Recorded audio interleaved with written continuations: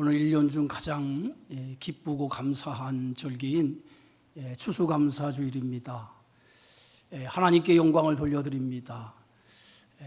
우리 모두에게도 감사로 하나님 앞에 또 기쁨으로 영광을 돌려드립니다. 우리 옆 사람과 함께 인사 나누겠습니다. 사랑하고 축복합니다.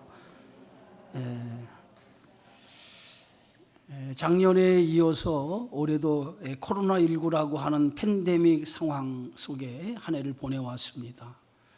어려운 가운데도 하나님께서 여기까지 인도해 주신 것을 진심으로 감사를 드리고요. 모든 것이 하나님의 은혜였다라고 생각을 합니다.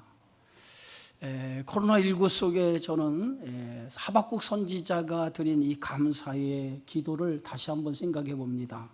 비록 무화과 나무가 무성하지 못하며 포도나무 열매가 없고 감람나무에 소출이 없으며 밭에 먹을 것이 없고 우리의 양이 없고 애양간에 소가 없을지라도 나는 여호와로 말미암아 즐거워하며 나의 구원의 하나님으로 말미암아 기뻐하리로다.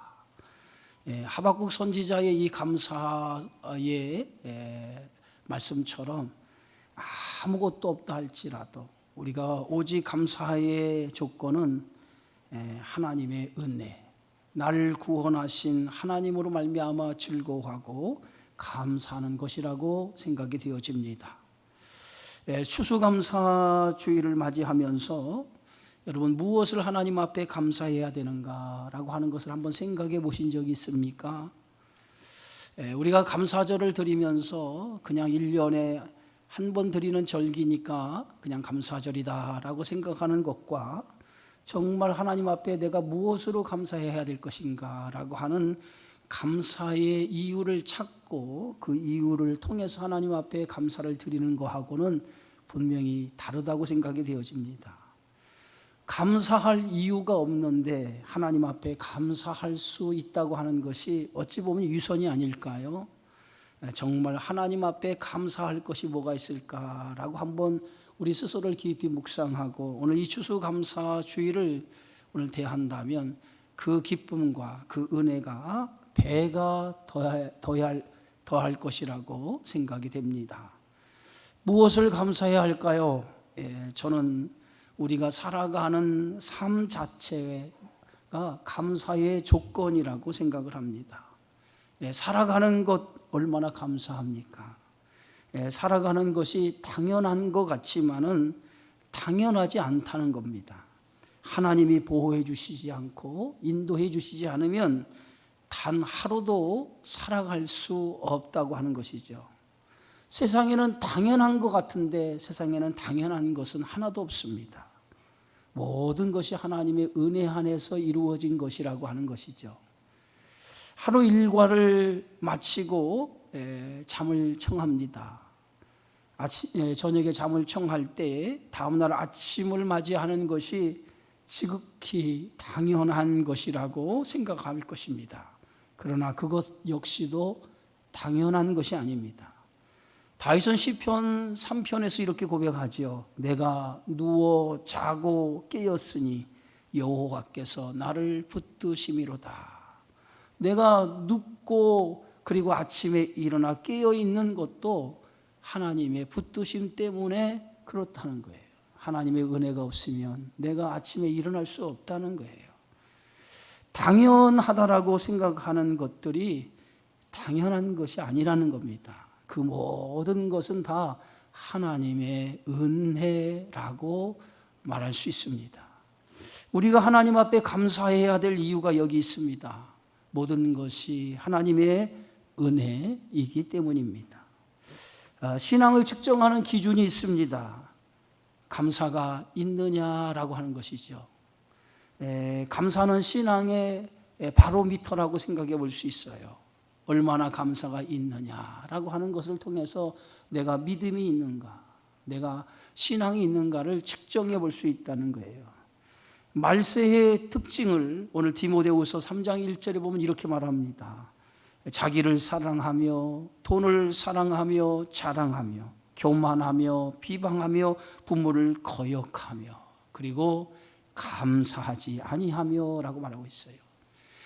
말세를 살아가는 특징 가운데 여러 가지가 있지만은 그 중에 하나가 감사치 아니한다는 거예요. 감사가 없다는 거예요. 그것이 말세에 살아가는 사람들의 특징이라고 하는 것입니다.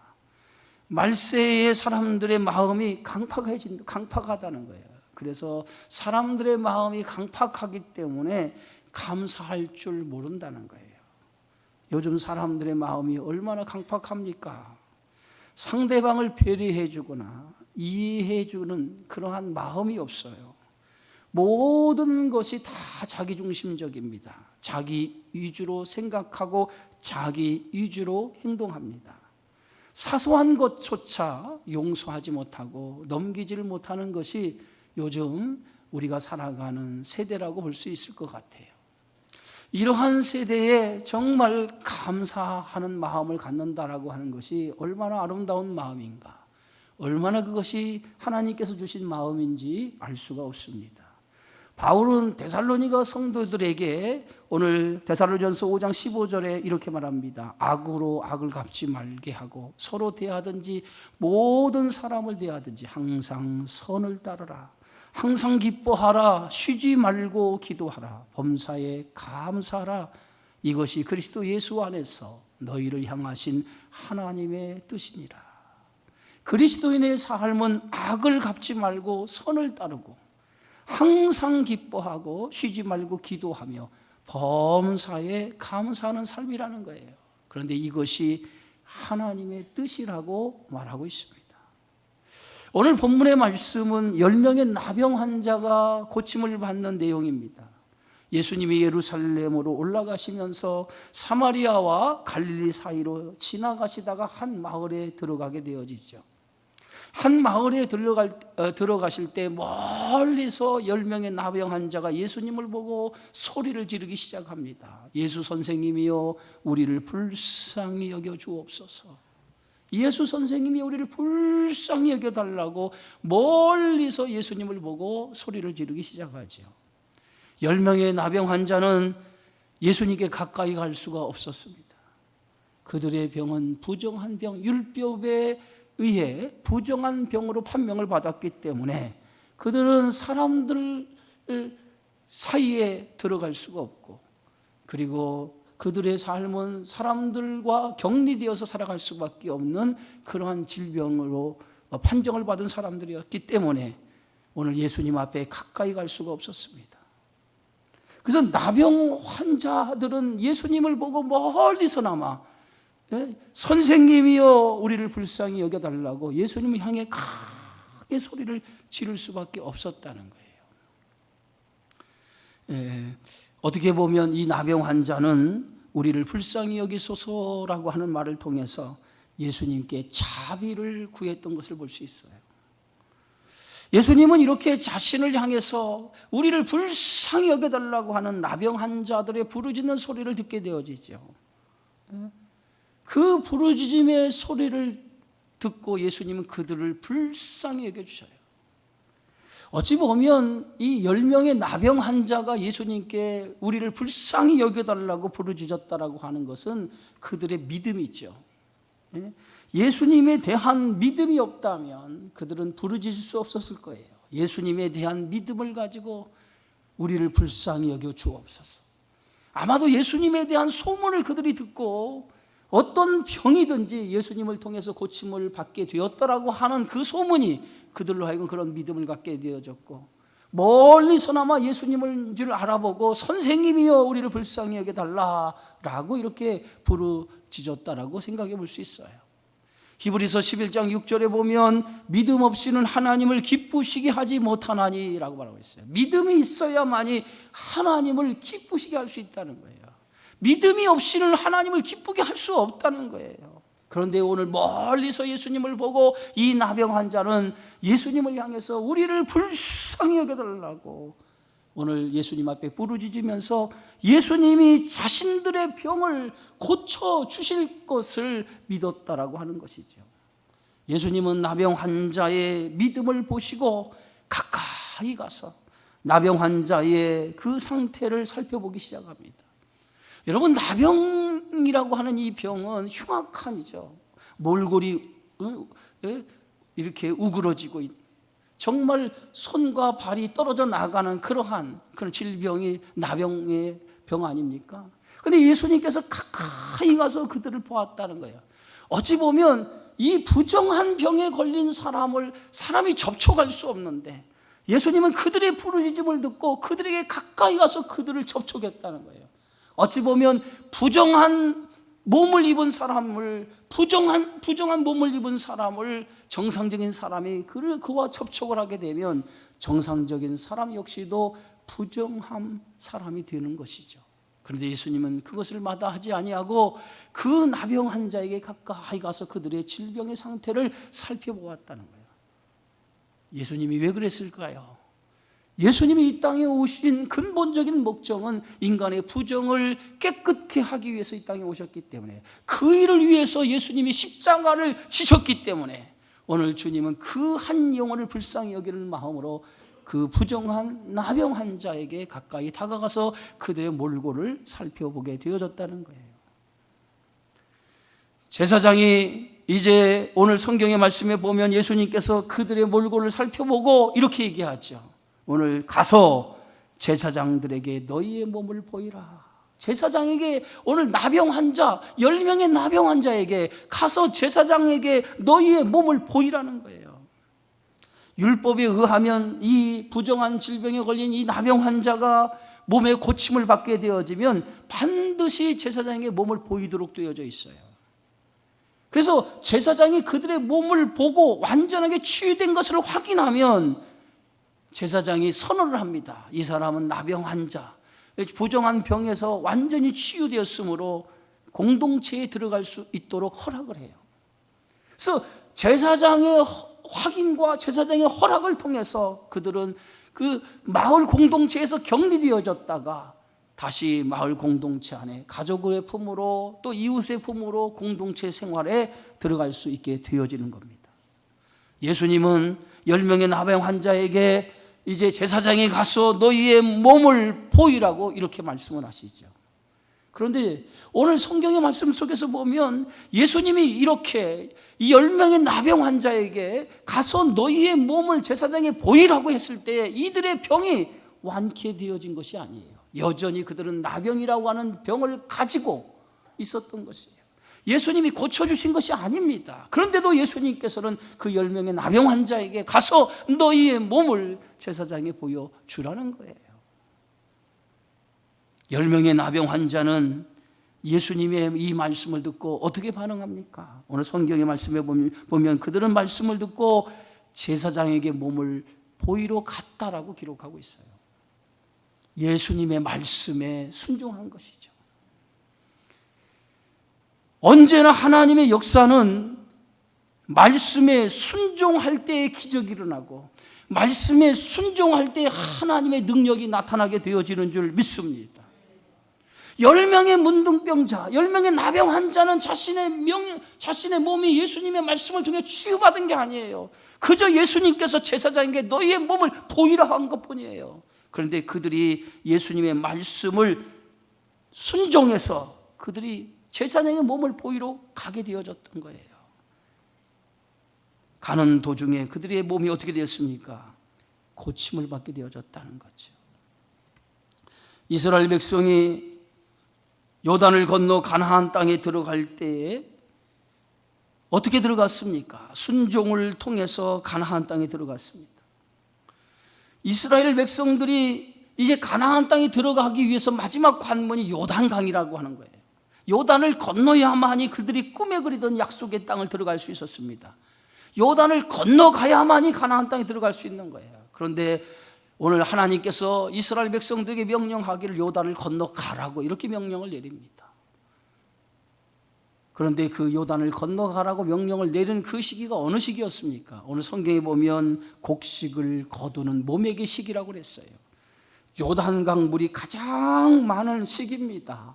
그 시기에 오늘 하나님께서 이스라엘 백성에게 명령을 하시면서 제사장들이 법궤를 메고 요단강을 건너 가나안 땅에 들어가라고 말씀하십니다.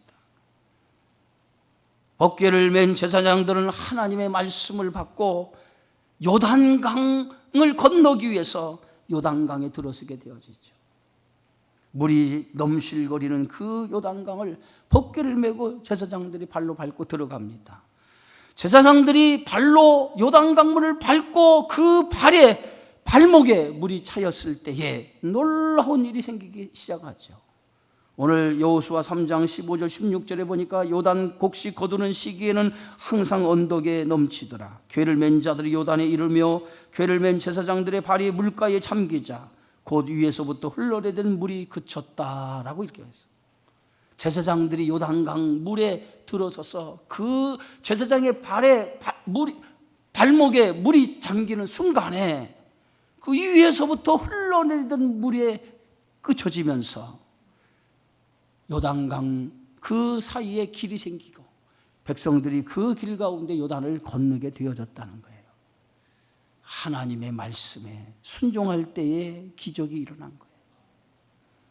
10명의 나병 환자도 오늘 제사장에게 너희의 몸을 보이라고 하는 그 말씀에 순종하여 제사장에게 몸을 보이기 위해서 제사장을 찾아갑니다. 그런데 몸을 보이러 가는 그 과정 속에 놀라운 일이 일어났어요.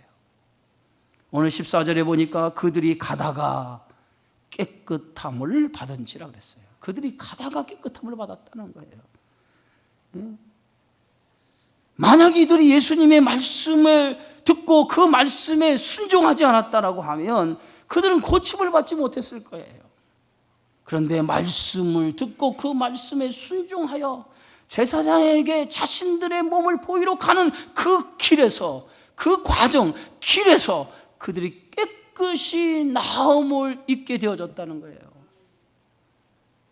그런데 더 놀라운 것은 이렇게 10사람이 제사장의 몸을 보이러 가다가 길에서 깨끗함을, 고침을 받는 놀라운 역사가 일어났음에도 불구하고 하나님 앞에 영광을 돌리는 사람은 한 사람뿐이었다는 겁니다.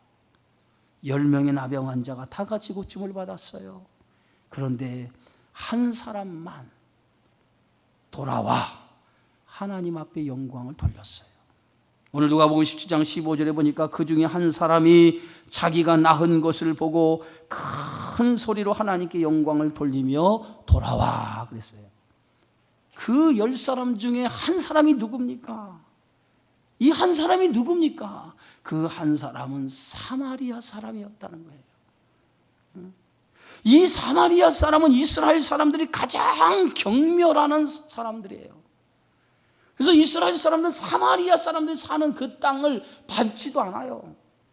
그렇게 경멸하는 사람들이 사마리아 사람입니다.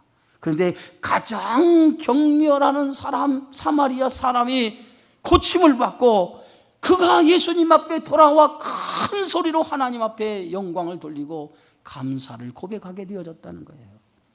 여러분 얼마나 아이러니합니까? 영광을 돌려야 할 사람들이 누굽니까? 어떻게 보면 9명의 나병 환자, 이들은 유대인이었어요. 가장 하나님께 많은 은혜를 받은 사람들이었습니다.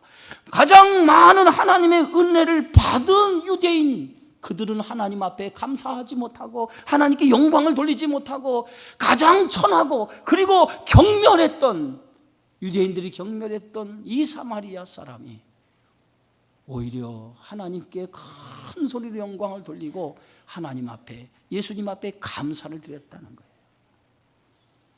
오늘 누가복음 17장 16절에 보니까 예수의 발 아래에 엎드려 감사하니 그는 사마리아 사람이라. 감사는요 아무나 드리는 것이 아닙니다. 은혜를 받았다라고 해서 감사하는 것이 아니에요. 10명의 나병 환자는 동일하게 은혜를 받았어요. 예수님을 통해서 길을 가다가 제사장에 너희 몸을 보이라고 하는 그 말씀을 듣고 길을 가다가 그들은 다 같이 고침을 받는 은혜를 경험을 했어요. 그런데 다 하나님 앞에 감사한 것이 아니에요. 오직 사마리아 사람 한 사람만이 돌아와서 하나님께 영광을 돌리고 감사를 드렸어요. 은혜 받았다고 감사하는 것이 아니라 은혜를 깨달은 사람만이 감사한다는 거예요. 우리 모두는 하나님 앞에 은혜를 받았어요. 우리 모두가 하나님 앞에 은혜를 받았다고 해서 우리 모두가 하나님 앞에 감사하는 거 아니에요. 하나님의 은혜를 깨달은 사람만이 하나님 앞에 감사한다는 것입니다. 여러분 얼마나 하나님 은혜에 감사하십니까? 여러분 얼마나 하나님 은혜에 감사하세요? 하나님 은혜에 감사치 못한다라고 하는 것은 은혜를 받았음에도 불구하고 그 은혜를 깨닫지 못했다는 거예요. 은혜를 받고도 깨닫지 못하는 사람은 절대로 감사할 수가 없습니다.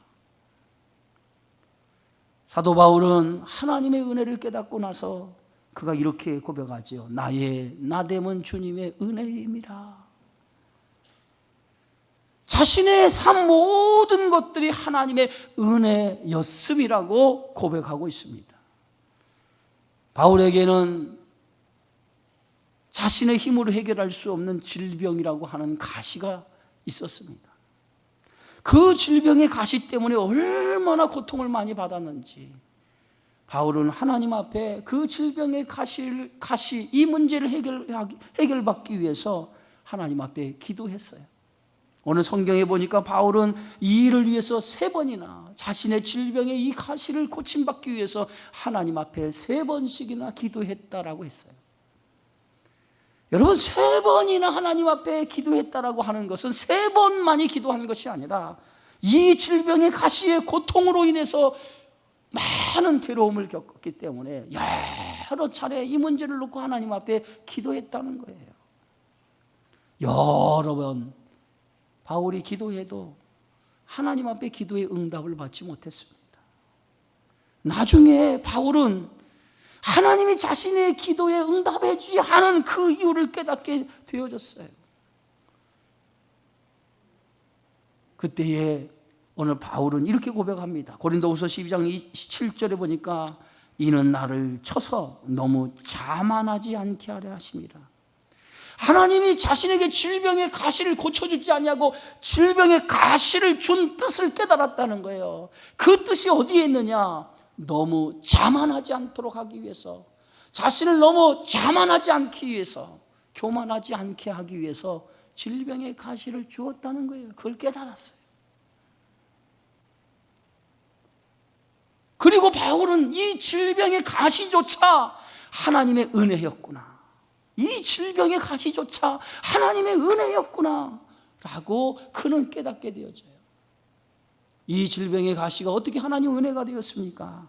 그리스도의 능력이 자신에게 머물게 하기 위해서 하나님이 질병의 가시를 자신에게 주었다는 거예요. 고린도후서 12장 9절에 바울은 이렇게 고백하고 있습니다. 나에게 이르시기를 내 은혜가 내게 족하도다. 이는 내 능력이 약한 데서 온전하여 짐이라 하신지라. 그러므로 도리어 크게 기뻐함으로 나의 여러 약한 것들에 대하여 자랑하려니 이는 그리스도의 능력이 내게 머물게 함이라. 하나님께서 자신의 질병의 가시를 고쳐주지 않은 것은 그리스도의 능력이 자신에게 머물게 하기 위해서 이 질병의 가시를 고쳐주지 않았다는 거예요. 여러분, 은혜를 깨달은 사람은 하나님 앞에 감사하게 되어져 있어요. 여러분, 올 한 해를 살아오면서 여러분의 삶에 감사가 많았습니까? 불평이 많았습니까? 한번 생각해 보세요. 감사가 많았는지 불평이 많았는지 어느 것이 더 많았는지를 한번 생각해 보시기 바랍니다. 감사는 감사할 조건이 있었기 때문에 감사하는 것이 아니에요. 감사할 조건이 없어도 우리가 하나님 감사하는 이유는 단 한 가지입니다. 하나님의 은혜 때문에 감사하는 거예요. 오늘 성경에 10사람이 다 깨끗함을 받지 않았느냐? 그 9은 어디 있느냐? 10사람이 다 고침을 받았는데 그 9은 어디 있느냐라고 오늘 예수님은 묻습니다. 그 9이 누굽니까? 그 9이 누구예요? 은혜를 받았으면서도 감사치 못한 사람이 그 9인 거예요. 감사는 믿음입니다. 믿음이 있는 자만이 감사할 수 있어요. 믿음이 없이는 하나님을 기쁘시게 하지 못한다라고 하는 말씀처럼 믿음이 없이는 하나님 앞에 감사하지 못하는 거예요. 오늘 18절에 이 이방인 외에 하나님께 영광을 돌리러 돌아온 자가 없느냐라고 말씀합니다. 이방인 한 사람만이 하나님 앞에 영광을 돌리러 왔다는 거예요. 이 사람만이 믿음을 가졌다는 거예요. 예배 시작 전에 추수감사의 유래 영상을 잠시 여러분 보았습니다. 102명의 청교도들이 종교의 자유를 찾아 메인플라워라고 하는 작은 목선을 타고 대서양을 건너 그들이 도착한 곳이 아메리카 대륙 매사추세츠 연안인 플리머스라고 하는 인디안이 살던 땅에 그들이 도착을 했습니다. 그의 겨울 혹독한 추위와 배고픔으로 102명의 청교도들 가운데 절반 정도가 죽었습니다. 그리고 이듬해 봄 인디언들의 도움으로 농사를 짓기 시작을 했고 그리고 가을에 첫 수확을 얻었습니다. 그 첫 수확을 얻은 것을 가지고 하나님 앞에 예배를 드리기 시작했는데 그 예배가 추수감사절의 유래가 되었어요.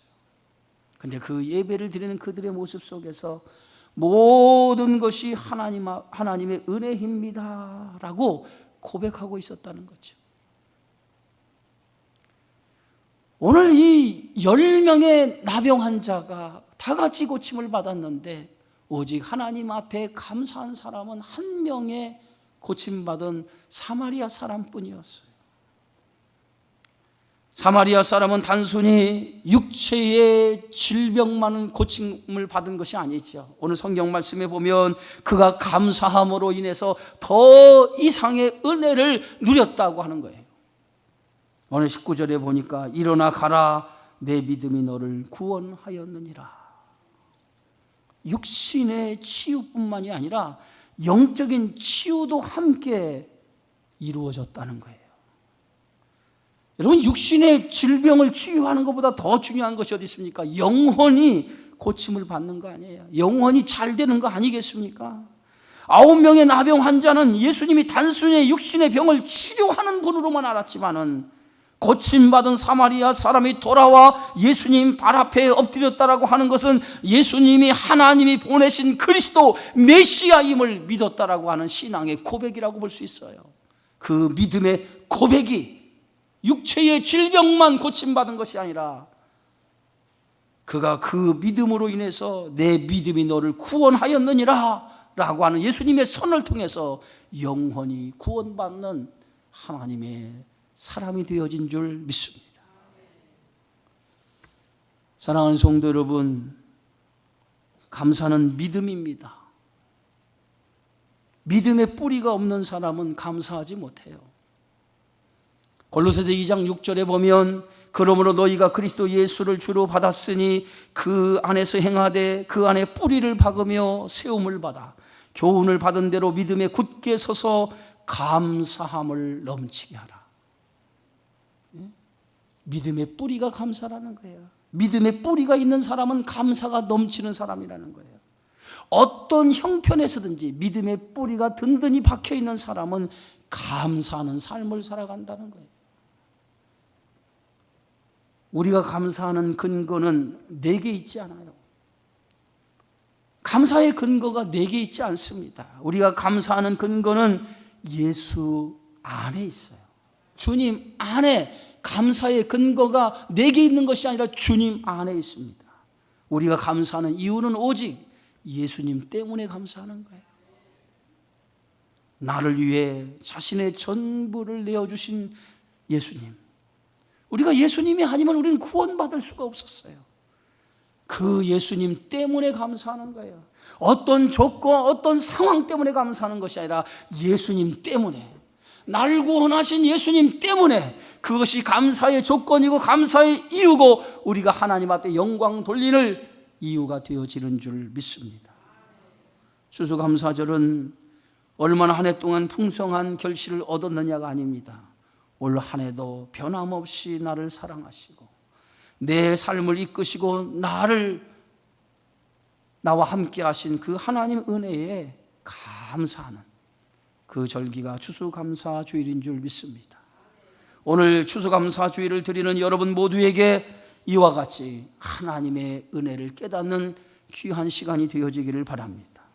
그런 의미에서 우리는 한 해 동안 하나님께서 우리의 삶을 지키시고 인도해 주신 것을 감사하며 하나님 앞에 영광의 박수를 돌려보냅니다.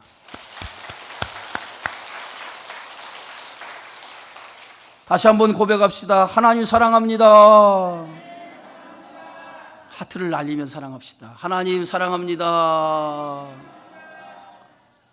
옆 사람에게도 한번 인사 나눕시다. 감사합니다. 한 해 동안 건강하게 옆자리에 앉아주시고 함께 신앙의 생활을 할 수 있도록 해주셔서 감사합니다. 그냥 인사만 하지 말고 또 사랑을 날려야죠. 감사합니다. 하트를 좀 날려주세요. 감사하다고. 고마워요. 감사합니다. 감사합니다. 여러분 한 해 동안도 건강하게 이렇게 어려운 가운데도 우리 모든 성도님들 평안하게 우리 추수감사절을 드리게 해주심을 감사하고 여러분의 가정과 여러분이 하시는 모든 일들에 더 큰 평안과 기쁨과 은혜가 늘 넘치기를 주님의 이름으로 축원합니다. 기도하겠습니다. 주의 은혜 감사합니다. 한 해 동안도 많은 일들이 있었습니다. 그러나 그 가운데서도 하나님의 은혜 안에 살게 하여 주심을 감사를 드립니다. 어떤 조건과 상황 때문에 감사하는 것이 아니라 나를 구원하신 하나님의 은혜, 그 은혜를 생각하며 그 은혜 앞에 감사를 드립니다. 아버지 하나님, 이 어려운 그런 코로나19 속에서도 우리 성도들의 가정을 붙잡아 주시고 이끌어 주신 하나님, 또 몸된 재단을 붙잡아 주시고 이끌어 주신 하나님 은혜에 감사하며 이제 다시 한번 주님이 주신 은혜를 붙들고 이 우리에게 맡겨진 귀한 사명 감당하여 더 힘있게 주어진 삶을 살아가는 우리 모두가 될 수 있도록 축복하여 주옵소서. 예수님의 이름으로 기도하옵나이다. 아멘.